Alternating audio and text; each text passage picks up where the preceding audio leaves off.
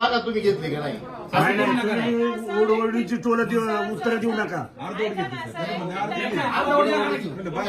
काय कर मग आमच्यापेक्षा हे महत्वाचं आहे का तुम्हाला?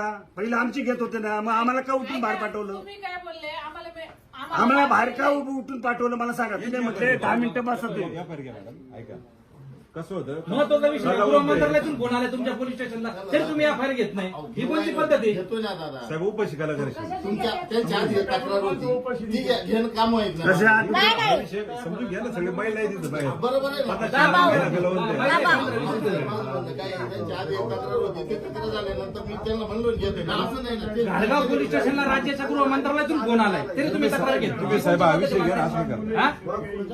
आमचा विषय पहिला घ्या, मग बाकींचे घ्या. पोलीस स्टेशनला काय न्याय असेल मिळत ते? नसेल तर मागायचं नाही कुणाकडे आम्ही. उपाशी तापाशी आम्ही लोक उभं राहिलो इथं. हा ऑनलाईन वेळ लागेल ना आता थोडे. ठीक आहे 10 मिनिटं थांबतो आम्ही. चला बघू काय अजून करतो. राहिली थोडी. मी 3 वेळ आलो साहेब तुम्हाला विचारायला. झालंय ते सगळं घ्या सगळं द्यायचं सगळं आम्हाला. काय शिवी दिली तेच द्या. हा, जातीवादून बी शिव्या दिलेल्या आहेत त्यांनी अॅट्रॉसिटी आम्हाला. पण गुन्हा दाखल झाला पाहिजे. माझ्या 2 त्याशिवाय जाणार नाही आम्ही. मागाच्या एजंटच्या ज्या शिव्या दिलेल्या आहेत त्यांनी. आता जे आहे ते हा, टाईटमध्ये टाईटमध्ये बोलायचं बोलायचं. नाही.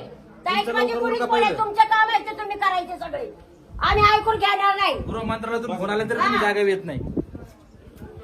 काय पण आमच्यावर करायचं नाही कुणी.